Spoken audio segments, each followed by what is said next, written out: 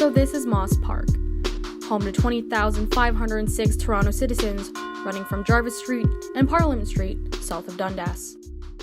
But also ranked first in per capita drug charges.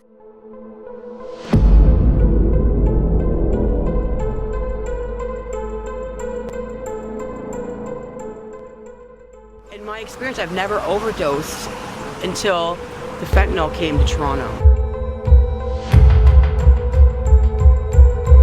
So what is this exactly, if you don't mind? Fentanyl. Fentanyl? Yeah. Okay, so there's a huge fentanyl problem right now, right? Like, Yeah. going around. I heard that they're lacing it with all kinds of... Oh yeah, right now. everything's in it. Yeah. Like, Yeah, and they're lacing everything else Yeah. with fentanyl. Yeah, when right? someone tells so, you they have like, there's heroin, people dying because people are putting it in the blow and stuff like that. And actually, where was that?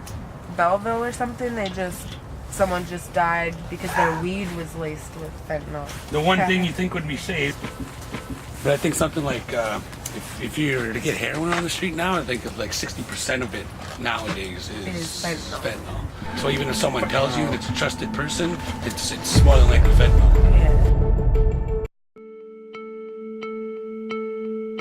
We opened up here in August. We just celebrated our 4-month anniversary recently, and I just remember the statistics. And when we opened up we had a celebration here last month for our 3 months. It was 93 overdoses reversed in 90 days, so we were pretty proud of that. That's amazing. Yeah, so... Do you guys think that you are more... saving lives. We definitely more than believe. hospitals? Oh, definitely. You know what? First of all, we care. We've shown the people here that live in this area, which are mostly drug users and homeless people, and they were actually surprised that we went to bat for them. To open up a site where they could safely use drugs without having to worry about losing their lives in the process. And because of this whole fentanyl epidemic, we've seen an increase in people going to the emergency rooms. However, they're not really logging the statistics about how many people are there for overdoses and how many are there for other injuries, right? I noticed that a lot of people, if they're overdosing or something like that, they don't want to go to the hospital. No, they don't want to.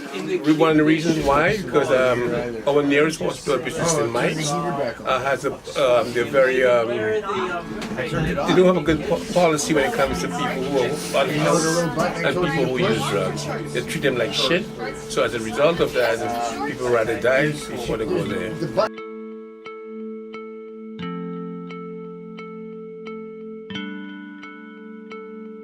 Have had an effect. But this is what so we took the filters when people prepare the drugs, and we know the filter was only used one time. Yeah. And analyzed in the lab, so this person thought they were doing fentanyl. Okay. But there's like 4 different fentanyl analogs: heroin, cocaine, dex, and ketamine. All And that. that's on the streets right now? But even a bit of It's not what's in here. carfentanil. That's Yeah. the elephant tranquilizer. Yeah, this one. That can put out a fucking elephant. A couple of So this was the cleanest sample we had: carfentanil and caffeine powder. Caffeine's very common, and that might explain why we're seeing people going like this. Yeah. They use fentanyl and then they bounce around, right? I don't understand. I've seen it just actually not Well, long if there's a ago. whole whack of caffeine in there, maybe that's... There is a serious epidemic going on, and the mayor was here with Kathleen when they saw the drug addicts shooting up. They sat with us here for an hour and a half. They asked us what the different problems and issues were. We told them, Vancouver's mayor told John Tory, be prepared, when fentanyl hits Toronto, you're gonna have a big problem on your hand. And there has been, and he's done nothing. There's been a spike in overdoses in Toronto, and it's believed 6 people have died. We've seen a rash of overdose deaths in the last week, 6 in fact. 4 If there's a single thing we can do to expedite something we're already doing, to bring in some new initiative, I just think we owe it to ourselves and to the people of the City of Toronto and to the victims to have that meeting and discuss what we could do. I'm a nurse.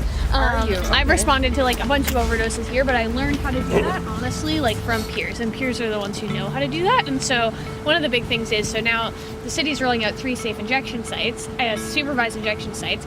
Like, you could look up and figure out how much it costs for the works to run theirs. Probably you could literally run like 8 of these in different parts of the city for the same amount it costs them to run theirs. Yeah. And I don't know if Frank was talking about it, but like people are intimidated to go to some of the other ones because it's just such a medicalized presence. So I think there's also just like, yeah, pushing Ontario to be open to models that are more like community driven, and that like, yeah, responding to overdoses is not rocket science. Like people in this community know how to do it better than medical professionals because they do it all the time. You know, there were people with a drug problem, but there were still people who were loved and cared by the community, you know. Just because they're addicts doesn't mean that they had no life, no friends, no ties to, you know what I mean? They mattered.